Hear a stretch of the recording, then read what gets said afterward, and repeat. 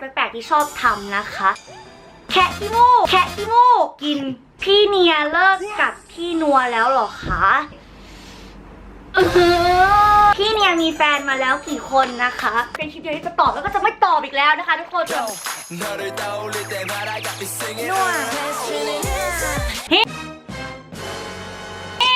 ก่อนเปิดคลิปนะคะขอแก้ตัวก่อนว่าผมหน้ามานี้นะคะไม่มีใครตัดให้นะคะตัดเองค่ะเข้าใจไหมคะคำว่าฉับเดียวจบ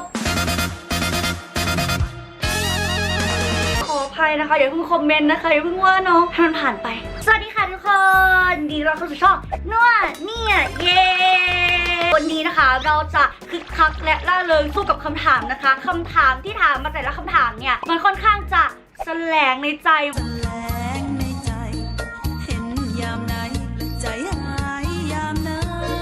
ทุกคำถามเป็นคำถามที่แบบจึกจะตอบดีไหมนะเราจะเอามาพูดดีไหมนะสรุปก็คือคลิปนี้นะคะเนี่ยไปทำ Q&A นะคะคำถามที่ไม่อยากจะตอบนะคะแล้วก็จะตอบณที่นี้ที่เดียวจบนะคะทุกคนวิดีโอนี้นะคะเราจะพยายามไม่ดราม่านะคะจะตอบแค่ครั้งนี้แล้วก็จบในคำถามที่เนียเลือกมาจาก Instagram ของเนียนะคะเนียเลือกมาทั้งหมด15คำถามนะคะที่เนียจะตอบจริงๆแล้วก็ตอบความจริงทั้งหมดนะคะไม่รอช้าค่ะเรามันเริ่มเลยดีกว่านะคะก็กว่าจะทำคลิปนี้นะคะเนี่ยแบบลีลาเรื่องมากคนจะทำตั้งแต่ที่แล้วนะคะเผื่อระยะเวลาทำใจเผื่อระยะเวลาในการคิดนะคะตอนนี้คิดว่ามันเป็นเรื่องงามยามดีในการทำแล้วนะคะเรามาเริ่มกันดีกว่านะคะทุกคนก่อนจะเริ่มคลิปนะคะฝากทุกคนนะคะกด subscribe นะคะแล้วก็กดไลค์คลิปนี้ครับกดแชร์ด้วยนะคะไม่ต้องกดแชร์ก็ได้เอาถ้าเกิดชอบกดแชร์พูดไม่รู้เรื่องละเอาใหม่สติค่ะก็ก่อนที่จะเริ่มถ้าเราพร้อมแล้วก็ไปแล้วค่ะเตรียมภาชนะนิดนึงไหมคะคิดว่ายังไงมาค่ะเริ่มนะคะสำหรับคำถามแรกนะคะถามว่าอยากรู้ว่าก้าวข้ามสิ่งที่ไม่ดีเข้ามาได้ยังไงรักที่เนี้ยรักเหมือนกันนะคะก้าวข้ามสิ่งไม่ดียังไงนะคะจริงๆคิดว่าชีวิตของเราเนี่ยมันมีขึ้นมีลงก็จะมีช่วงที่แบบมีแต่สิ่งดีๆเข้ามาแล้วก็ช่วงที่มีแต่สิ่งที่ไม่ดีเข้ามาคนเนี่ยคิดว่าการที่สิ่งที่ไม่ดีเข้ามาในชีวิตอะค่ะมันเป็นสิ่งที่พิสูจน์ว่าคนที่ยังอยู่กับเราจริงๆอะมันมีใครบ้างมันทำให้พอเราเจอสิ่งที่ไม่ดีเราจะทุกข์ใช่ไหมแล้วพอเราสุขอะมันก็จะสุขมากยิ่งขึ้นเราจะเห็นคุณค่าของความสุขนั้นมากยิ่งขึ้นเราบอกว่าพอเราก้าวข้ามผ่านมันไปได้ค่ะมันก็จะเป็นบทเรียนให้เราเนี่ยในการใช้ชีวิตต่อไปทำยังไงถึงจะก้าวข้ามสิ่งที่ดีอย่างง่ายๆเลยก็คือเนี่ยจะพยายามคิดบวกนะคะแล้วก็อยู่กับคนที่อยู่ข้างๆเราจริงๆครอบครัวเพื่อนที่เราสนิทอะไรอย่างเงี้ยพอข้ามได้แล้วอะค่ะค่อยมาเรียนรู้ที่หลังว่าเราทำผิดพลาดอะไรแล้วเราก็มาแก้ในปัจจุบันณตอนนี้นะคะต่อไปนะคะคำถามที่2ค่ะเล่าที่มาที่เรียนบัลเล่นะคะทุกคนอาจจะไม่ค่อยเห็นเนี่ยทำวอล์กบัลเล่นะคะอาจจะทำบ้างเป็นบางวิดีโอแต่ว่าก็ทำน้อยนะคะถ้าเทียบกับ cover dance เวลาเรียนบัลเล่อะเนี่ยค่อนข้างจะใช้แบบโฟกัสค่อนข้างเยอะแบบเยอะมากๆเลยก็เลยไม่สามารถจะตั้งกล้องได้แล้วก็ชุดบัลเล่เป็นชุดที่ค่อนข้างจะวาบอยู่นิดนึงนะคะทุกคนงั้นเนี่ยก็เขินคนดูนะคะก็เลยอาจจะไม่ได้ถ่ายวอล์กบัลเล่มากมายอะไรขนาดนั้นถ้ามีโอกาสก็จะทำวอล์กให้ดูแน่นอนค่ะอย่างเช่นวอล์กบัลเล่ที่เรียนจบที่จุฬาเพราะว่าชุดนั้นมันไม่ได้โป๊จนเกินไปเนี่ยก็เลยถ่ายให้ดูที่มาให้เรียนบัลเล่เพราะอะไรเรื่องนี้ค่อนข้างจะยาวแต่ว่าเดี๋ยวจะเล่าแบบย่อยๆฟังนะคะทุกคนเนี่ยเรียนรำมาตั้งแต่3 ขวบจนถึง10 ขวบนะคะพอ10 ขวบปุ๊บเนี่ยมีโอกาสได้ดูนะคะบาร์บี้นะคะแบบนักแคคเกอร์บาร์บี้ตัวเล็กและเขาเต้นบัลเล่ในเรื่องเนี่ยดูปุ๊บเนี่ยบอกว่าแม่คะนี่อยากเต้นบัลเล่อยากเต้นแบบนี้นะคะหลังจากวันนั้นนะคะแม่ก็พาไปเรียนบัลเล่นะคะแล้วก็เรียนยาวเลยค่ะทุกคนแล้วก็แบบบัลเล่ก็เป็นการเต้นหลักของชีวิตเนี่ยเต้นมาตั้งแต่10 ขวบยันปัจจุบันนั้นก็คือ23นะคะนี่ก็คือเป็นที่มาของการเรียนบัลเล่ของเนี่ยที่3นะคะนิสัยแปลกๆที่ชอบทำนะคะแคะขี้มูกกินพูดแล้วทุกคนไม่ใช่อย่างนั้นเวลาเดียเป็นคนตื่นมานะคะทุกคนเดียเป็นคนค่อนข้างจะแบบง่วงในจมูกเยอะมากเวลาตื่นมานะคะตื่นปุ๊บก็คือต้องแกะนี่ใช่ปะได้รู้สึกว่ามันสกปรกมากเลยหลังๆมาเนี้ยก็เลยพยายามแบบตื่นปุ๊บนี่ก็จะลุกแล้วก็เข้าน้ำแล้วก็แบบไปล้างจมูกเลยแล้วเวลาแคะจมูกอะเลือดเนี่ยชอบออกเพราะเดียเป็นคนเลือดกำเดาไหลง่ายมากทุกคนเป็นอย่างนี้มาตั้งแต่เกิดแล้วนะคะไม่ชอบเพิ่งมาเป็นเนาะจะชอบแคะแล้วก็แบบเลือดกำเดาไหลอะไรอย่างเงี้ยค่ะแต่ว่าเราไม่ได้แบบกินหรือไม่ได้เอาป้ายเตียงหรือไม่อะไรทุกคนเราเอาทิชชู่เช็ดนะคะอันนี้เนี่ยก็ไม่แน่ใจนะคะว่ามันแปลกไหมนะคะทุกคนยังไงก็ลองคอมเมนต์ไว้ข้างล่างด้วยนะคะทุกคนคำถามที่4ค่ะอยากเห็นพี่เนียตอนยังไม่ทำศัลยกรรมลูกขึ้นค่ะติงอันนี้นะคะก็เป็นรูปของเนียนะคะตอนยังไม่ทำศัลยกรรมเนาะก็นั่นแหละค่ะหน้าเนียค่ะถ้าผิดหวังอะไรก็ขออภัยนะคะทุกคนประมาณนี้นะคะสำหรับหน้าออริจินอลของเนียนะคะคำถามที่5นะคะเป็นคำถามที่พี่เนียเลิกกับพี่นัวแล้วหรอคะตอนแรกอะเนียก็คิดว่าจะ เลิกกันแบบเงียบๆคือคนมาถามกันเยอะมากๆเลยทั้งในคอมเมนต์ IG เนี่ยทั้งในคอมเมนต์ YouTube แล้วก็มีคนอีกบอกมาด้วยวันนี้นะคะนี่ก็เลยตัดสินใจว่าจะมาบอกให้ทุกคนฟังในคลิปนี้เป็นครั้งเดียวนะคะก็ขอประกาศตรงนี้เลยว่าเราเลิกกันแล้วนะคะเนียกับพี่นัวเนี่ยเลิกกันไปแล้วนั่นแหละค่ะตอนแรกเนี่ยว่าจะไม่พูดว่าจะไม่บอกไม่ว่าจะไม่อะไรเลยแต่ว่าแบบถามกันมาเยอะมากๆเลยนี่ก็เลยคิดว่าแบบตอบดีกว่าแบบปล่อยให้ทุกคนแบบสงสัยแบบนี้นะคะไปคำถามต่อไปกันดีกว่าค่ะโอเคสำหรับคำถามต่อไปนะคะคำถามที่6นะคะทำไมพี่เนียกับพี่นัวเลิกกันหรอคะฆ่าฉันให้ตายดีกว่าจริงๆแล้วเนี่ยก็อยากจะเล่าให้ฟังเหมือนกันว่าเนียกับนัวเลิกกันเพราะอะไรนะคะแต่ว่ามันเป็นข้อตกลงที่เนียกับนัวคุยกันเราจะไม่พูดเหตุผลว่าเราเลิกกันเพราะอะไรให้ใครฟังการที่เราพูดเนี่ยพอทุกคนมาฟังในวิดีโอจากวิดีโอเนี่ยใช่ไหมคะทุกคนก็จะแบบฟังจากเนียฝั่งเดียวพอเนียพูดอะไรออกไปอะบางคำพูดอะมันอาจจะหลุดเป็นคำพูดที่แบบเข้าข้างฝั่งเนียหรือว่าเป็นคำพูดที่หลุดไปในทางที่เขาเสียหายอะไรอย่างเงี้ยค่ะก็กลัวว่ามันจะเป็นอย่างนั้นเราก็เลยตกลงกันว่าเราจะไม่พูดเหตุผลแล้วเราก็จะไม่พูดถึงกันอีกในทางที่ไม่ดีหรือถ้าเป็นไปได้ก็คือไม่พูดถึงกันเลยน่าจะดีกว่าอะไรอย่างเงี้ยค่ะเนี่ยว่าทางที่ดีที่สุดเนี่ยของการที่ทำให้เรื่องมันจบจริงๆทำให้เราเลิกกันแบบสงบจริงๆก็คือการไม่พูดถึงซึ่งกันและกันนะคะอยากจะขอโทษทุกคนไว้ตรงนี้จริงๆนั้นก็คือเนี่ยไม่สามารถพูดได้ต่างคนต่างใช้ชีวิตไปไม่มีอะไรเนาะเนี่ยโอเคมากๆนะคะณจุดที่เราแบบคบกันอะเนี่ยทำดีที่สุดในส่วนของเนี่ยแล้วนะคะเนี่ยจะพูดอีกเรื่องหนึ่งก็คือ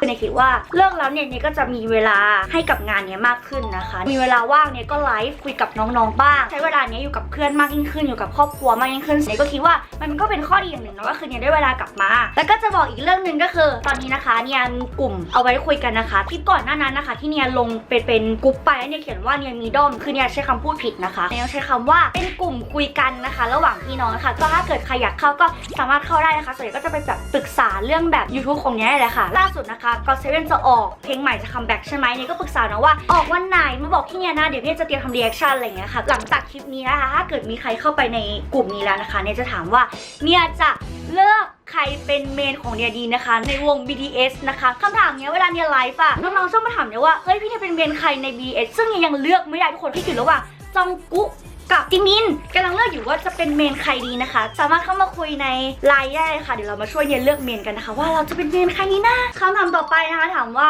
พี่เนี่ยโสดหรือเปล่าจะบอกได้เต็มปากเต็มคำนะคะทุกคนว่าโสดที่สุดในโลกแล้วค่ะทุกคนเนี่ยไม่มีคนคุยเลยค่ะไม่มีแฟนไม่มีคนคุยไม่คิดถึงใครตอนนี้คือโสด 100% จริงๆนะคะคำถามต่อไปนะคะพี่นัวไปไหนคะช่วงนี้ไม่เห็นเลยรอเป็นกำลังใจให้พี่เนี่ยทุกๆเรื่องนะคะขอบคุณสำหรับกำลังใจนะคะทุกคนอย่างที่บอกนะคะว่าเราได้เลิกกันแล้วนะคะแล้วก็เลิกกันไปสักพักแล้วด้วยนะคะเนี่ยก็เพิ่งแบบตัดสินใจมาประกาศนี่แหละค่ะทุกคนก็เลยเพิ่งรู้นะคะก็ขออภัยทุกคนจริงๆนะคะสำหรับคำถามต่อไปนะคะที่เนี่ยน้ำหนักเท่าไหร่อันนี้ไม่คิดว่าจะตอบแน่อยากบอกทุกคนว่าคำถามนี้นะคะเป็นคำถามที่มาค่อนข้างบ่อยนะคะและเนี่ยก็ไม่เคยตอบเลยจริงๆมีช่วงหนึ่งที่น้ำหนักเยอะมากๆเลยทุกคนเนี่ยน้ำหนักขึ้นไปที่55เลยนะคะแต่ตอนนี้นะคะเนี่ยก็ลดได้แล้วนะคะเพราะฉะนั้นตอนนี้นะคะน้ำหนักนี่อยู่ที่50ค่ะทุกคนช่วงนี้น้ำหนัก55เนี่ยพุงเนี่ยแบบตันมากแต่พอน้ำหนัก50ปุ๊บเนี่ยเอวมีแล้วก็แบบขาเล็กลงอะไรอย่างเงี้ยค่ะตอนนี้นะคะน้ำหนัก50ค่ะทุกคนช่วงนั้นที่ไม่ได้บอกคือน้ำหนัก55ค่ะน้ำหนัก67ส่วนน้ำหนักพี่ไม่บอกนะคะ เป็นคลิปเดียวที่จะตอบแล้วก็จะไม่ตอบอีกแล้วนะคะทุกคนสำหรับน้ำหนักตัวนะคะคำถามต่อไปเล่าประสบการณ์ตอนเรียนม.ต้นที่แสบที่สุดให้ฟังหน่อยค่ะตอนม.ต้นเนี่ยค่อนข้างจะเป็นเด็กที่แบบแสบมากเลยนะคะทุกคนคือวีรกรรมเยอะจะเล่าอันที่แสบที่สุดแล้วกันนะคะโรงเรียนที่เนี่ยเรียนตอนม.ต้นแต่ก่อนโรงเรียนเนี้ยผับอยู่ข้างหน้าโรงเรียนเลยค่ะทุกคนอันนี้โรงเรียนใช่ไหมทุกคนอันนี้ผับแล้วข้างหลังผับเป็นโรงแรมเนี่ยปีนรั้วกับเพื่อนๆผู้หญิงนะคะเป็นแก๊งนะคะประมาณ10 คนนะคะโดดเรียนนะคะไปจองโรงแรมไปนอนโรงแรมนะคะ10 คนแล้วตอนคืนก็เที่ยวผับต่อเลยค่ะจริงๆถ้าอายุไม่ถึงไม่เข้าดีกว่านะคะมันเป็นเรื่องที่ไม่ดีมากๆเลยแล้วพี่เนยก็รู้สึกว่าไม่แนะนำณตอนนั้นคือเราไปแล้วก็ไปกับเพื่อนแล้วเราไม่ได้แบบทำอะไรเกินไปกว่านั้นเข้าต่ออายุถึงคือโอเคสุดเพราะณอายุนั้นที่เขากำหนดมาเรามีวุฒิภาวะในการตัดสินใจแล้วนี่นะคะก็เป็นวีรกรรมที่รู้สึกว่าแสบที่สุดของม.ต้นของเนี่ยซึ่งแบบมันก็ผ่านไปแล้วนะคะตอนนี้นี่ก็เป็นคนดีนะคะทุกคนดีไหมคะดีค่ะ คำถามต่อไปนั่นก็คือพี่เนียเคยมีเหตุการณ์พีคช่วงเรียนไหมคะถ้าเอาพีคที่สุดเลยนะคะทุกคนก็คือตอนเนียปี 1นะคะเนียเข้าปี 1แบบคณะศิลปกรรมบัลเล่ต์ใช่ไหมคะซึ่งมันต้องเต้นทุกวันเนาะเกิดเรื่องใหญ่ที่ว่าเนียเอ็นเท้าขาดค่ะทุกคนนี่จะโชว์รูปให้ดูก็รูปนี้ค่ะก็คือเนียเข้าเฝือกนะคะเนียต้องนั่งรถเข็น3 เดือนแล้วก็เต้นไม่ได้4 เดือนนะคะพอเนียไม่ได้เต้นเนี่ยรู้สึกแบบใจปิ่วๆมากเลยทุกคนแล้วก็รู้สึกไม่มีกำลังใจรู้สึกแย่มากเลยช่วงนั้นเอ็นเท้าขาดและเดินไม่ได้ไม่เท่าไหร่คือที่เราเสียใจคือเราเป็นภาระให้คนอื่นเพราะว่าแบบเนี่ยต้องอยู่แต่บ้านให้แม่แบบหากับข้าวให้กินเวลาจะออกไปไหนก็ต้องให้เพื่อนช่วยคือหมอพูดแล้วว่าเราอ่ะจะหายเท่านั้นคือจิตตกมากกลัวว่าจะไม่หายกลัวว่าจะเดินไม่ได้ตลอดชีวิตเอก็รู้สึกว่าเป็นช่วงที่พีคที่สุดของเนี่ยนะตอนนั้นนะคะคำถามที่ 12ไฟเข้าเฟรมน้องที่ช่วยให้ความสว่างแสงสว่างแต่เนียนะคะเพราะว่าหน้ามืดมากถามว่าเรียกพี่เนียว่าพี่นัวได้ไหมนะคะจริงๆแล้วอยากจะบอกทุกคนว่าเนียชื่อว่าเนียใช่ไหมคะฉายาของเนียก็จะเป็นคำว่านัวเนียเนาะเพื่อนสมัยม.ปลายบางกลุ่มของเนียเรียกเนียว่านางนัวนะคะเรียกก่อนที่จะเจอนัวที่เป็นแฟนเก่าเนียนะคะซึ่งเนียอยากจะบอกทุกคนว่าจริงๆเรียกเนียว่าเนียดีกว่านะคะทุกคนถ้าเนียไม่มีแฟนเก่าที่ชื่อว่านัวเรียกว่านัวเนี่ยอาจจะไม่รู้สึกอะไรนะคะแต่ว่าตอนนี้นะคะเนียรู้สึกนะคะก็เลยคิดว่าเรียกเนียว่าเนียดีกว่านะคะอย่าเรียกว่านัวเลยค่ะเดี๋ยวมันจะเจ็บช้ำไปซะเปล่านะคะ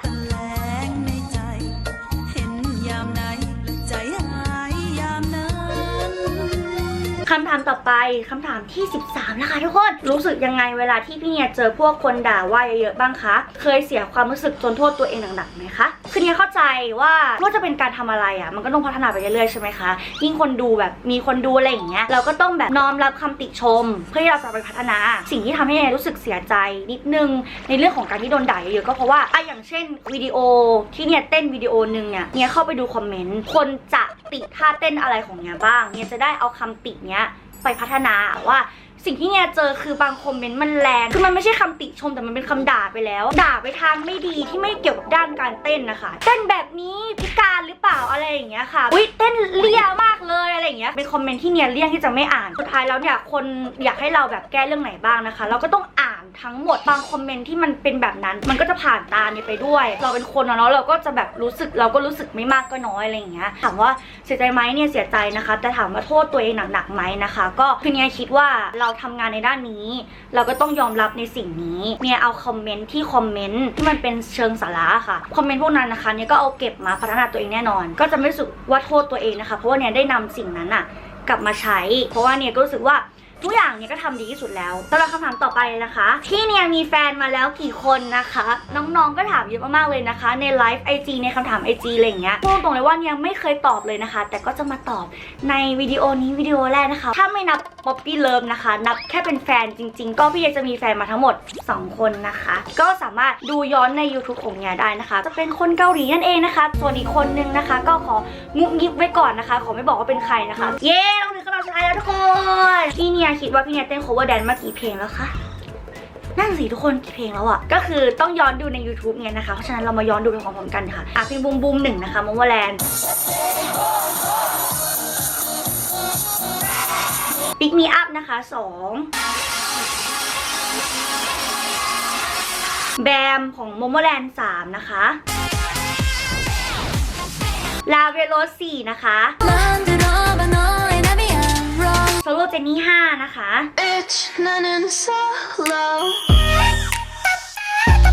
อะ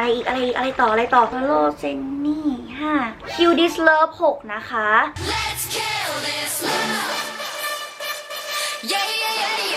ตัมอัพ7นะคะเพลงภาวะโลกเลิฟ How to Love 9นะแล้วก็ดูนี้ดง10 10